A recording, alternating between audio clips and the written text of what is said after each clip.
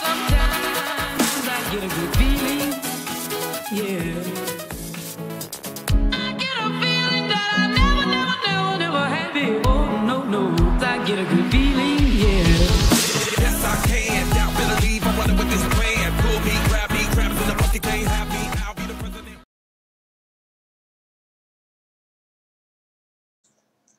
Hey gamers, hey YouTube, it's Blitz, and today I got another video. I'm actually kind of triggered about this.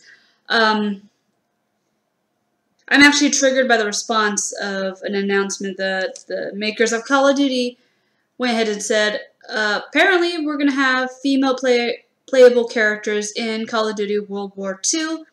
Now, a lot of the fanboys got upset and were saying that it's not historically accurate. Women didn't fight in World War II. That's a load of bull. I mean, I don't know how they can say that and be perfectly okay with Nazi zombies. Zombies. Hello. Zombies ain't historically accurate in World War II either. But the women are. These guys are so butthurt about it that they're raising hell over women characters being included, playable characters being included in this game. It's hilarious, and this has kind of triggered me because I'm not a feminist, because the term feminist has like really changed from what it was way back when, and now it's more like they're man-haters instead of being equal rights. I don't hate men. I believe everyone's equal. We should all be equal between races. Races is all one. There's only one race, the human race. I mean, you got people that want to put people into categories or in subcategories, and someone's always got to be better than the other. And no, everyone's equal. That's the way how I feel. That's how I've been raised to believe. But so I decided I wanted to make this video and educate. I don't know if my video will get passed around to the fanboys or what, but I wanted to put this out there. I wanted to educate people that, yes, it doesn't matter what war that we've had. I mean, humans by nature are a very violent species. We are. I mean, how many years have the human race gone without being in some type of conflict, one or the other? I don't think there is a time frame that we can say that the world has been at peace. It just hasn't happened. And within all that time, you cannot say that women have not fought. I mean, technically, I don't think Amazons have been proven, but you got women buried with weapons, counted as soldiers. You have the Valkyrie, Valkyrie, blah, blah, blah. I don't even know why that popped in. But you go to the Norse, back to the Norse, their religion, coinciding like with the Amazons, you have the Valkyrie, women warriors. Although the Valkyrie are really more mythical than with the Amazons, because, yeah, whatever. But anyways, all throughout history, there are women who have fought in wars, whether they cross-dressed or they were actually, you can tell that they were women, like Queen Boudica of England, who held off Caesar's army, the Romans, from entering Britain. What is Britain? I think it's Britain. Or over there in the UK, somewhere along there, you had her and her army that kept the Romans from entering. So all throughout history, women have played their parts in wars. They have fought. You can't say that we, as a gender, have sat back and just let the men go to war, because that's not true. We have always been supportive and helped. I mean, the Japanese, I believe, when the Japanese men, I remember reading about it. I'm not exactly sure. If you guys know, please leave it in the comment. But I'm pretty sure that the Japanese had I would say some villagers or whatever. I don't know exactly how to say it, but they had, when they would go to war, their women knew how to fight, and they would hold down the fort. They would fight the people that invaded if their men fell. So, but we're gonna go ahead and get into this. I want to Hitler, you know, the crazy evil asshole that had to kill innocent people, once said that Queen Elizabeth was the most dangerous woman in Europe. And I want to start there because when London was being bombed, Her guards wanted to move her out of London, and she absolutely refused. Hence why Hitler called her the most dangerous woman in Europe, because she was just technically badass. She refused. If her people were going to be bombed, she stayed there to be bombed with them. She wasn't leaving. That's actually a pretty badass move of her. But I want to start off with like the first. So women aren't fighters, apparently. Let's go to talk about Russia. Russia had their Red Army. They had in their service 2,000 guys, 2,000 female snipers. Snipers. Let's talk about their best female sniper. I'm probably going to pronounce her name wrong because I'm horrible with pronunciations. Can't even pronounce pronunciation. Gosh. Ludmila Pavlyuchenko. I think I said that right. But she was the best female sniper of, yeah, I did say the best female sniper of World War II. She clocked in a total of 309 confirmed kills, 256 of them being German soldiers, and 36 of those were also enemy snipers. 309 guys. 309 confirmed kills. Go and cry about your KD ratio on a fake war game. She literally destroyed the sniping game in World War II for the women. Moving on, United States. United States military has always been kind of iffy about women's participation in wars and whatnot.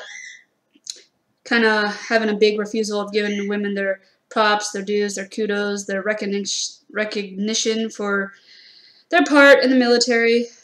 We know it sucks, but it happens. But I want to talk about the WASPS, which were the Women Air Force Service Pilots. Yeah, there's kind of iffy about them actually. You know, women are not as good fighters. They're not good flyers, but yeah. Anyways, these women, they didn't actually get actual recognition for their part in World War II until the 70s. And I think even to this day that some of them are still not getting the recognition or the medals that they deserve.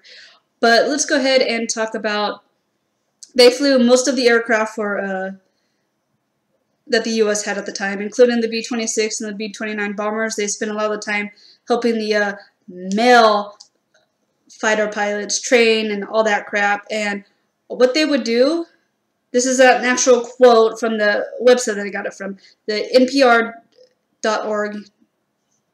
I think I got that right. If not, I'll have the...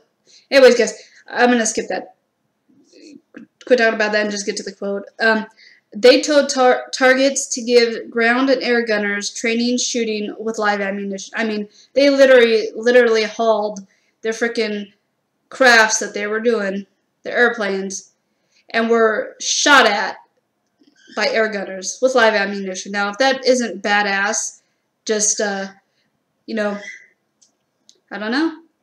But then again, you know, women weren't historically accurately a part of World War II, you know. And then I'm going to go ahead and one more. I'm just giving like little facts or whatever. One more person that I'm going to talk about. And everybody that I've talked about or what I've talked about, the links will be in the description so you guys can go check it out for yourselves. They're all pretty much legit websites.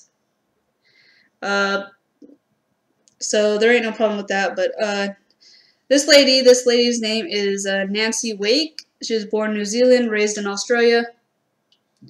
She was a guerrilla fighter. Now, if you don't know what a guerrilla fighter is or guerrilla warfare, it is an irregular warfare by small combatants or like armed civilians picking up arms, and they're practically the resistance fighters. And they would use military tactics to ambush the actual military, whoever they were going up against. Sabotage, raid, that kind of thing. They're the resistant fighters.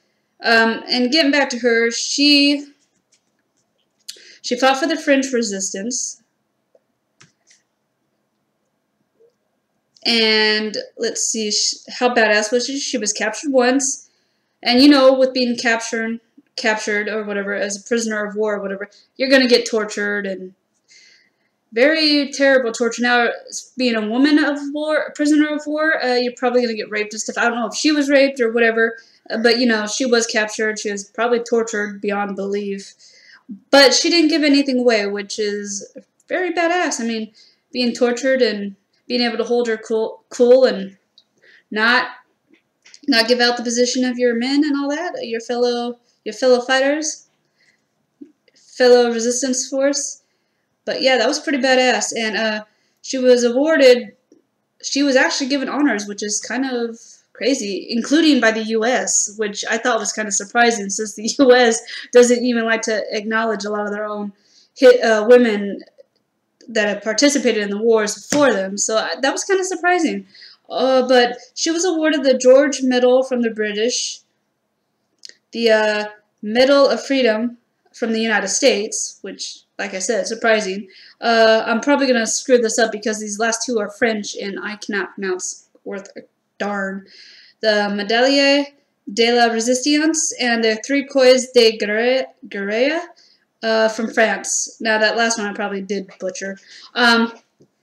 If you guys don't believe me, like I said, all links will be in the description.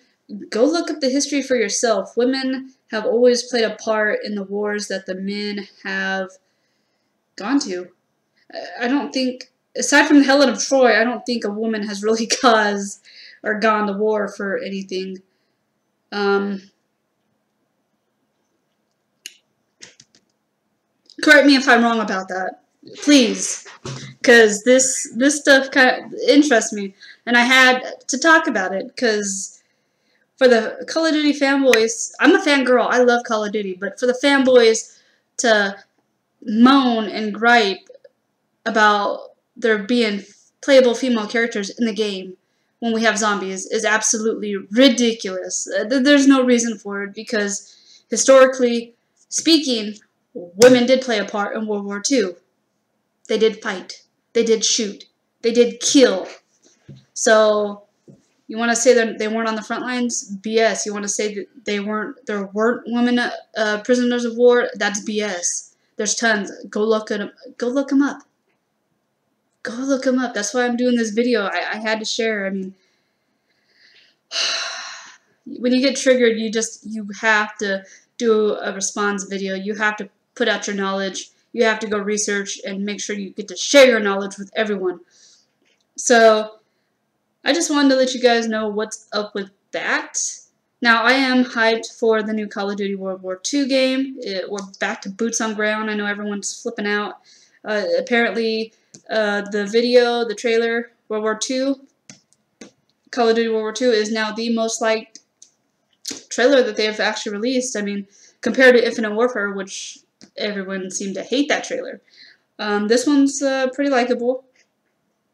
Guys, if you want to share your historic facts, or if you know of famous women warriors in World War II, any war for that matter, we can go ahead and keep adding to it.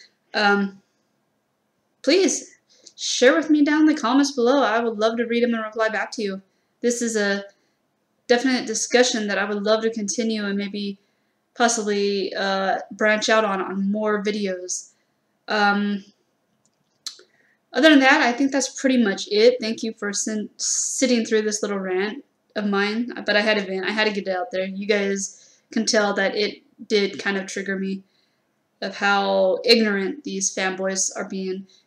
Then again, a lot of the fanboys that are under the age of 18, the little squeakers, they really don't know that much. And then other people really don't know that much. And going back to school, we don't learn about, you know, women fighters, resistance. I do want to add one little thing before I actually end it. The Dutch apparently had a lot of women resistant fighters, so go look into that as well if this is something that is interesting to you. But yeah, I am going to leave it at that. I hope you guys enjoy the video. Leave a like, subscribe, keep the discussion going in the comments. I would love that. Come stop by Twitch, watch me stream. I've been playing Rainbow Six and Paladins. I'd love to see you in the chat. And that's it for now, guys. Happy gaming, and see you next time.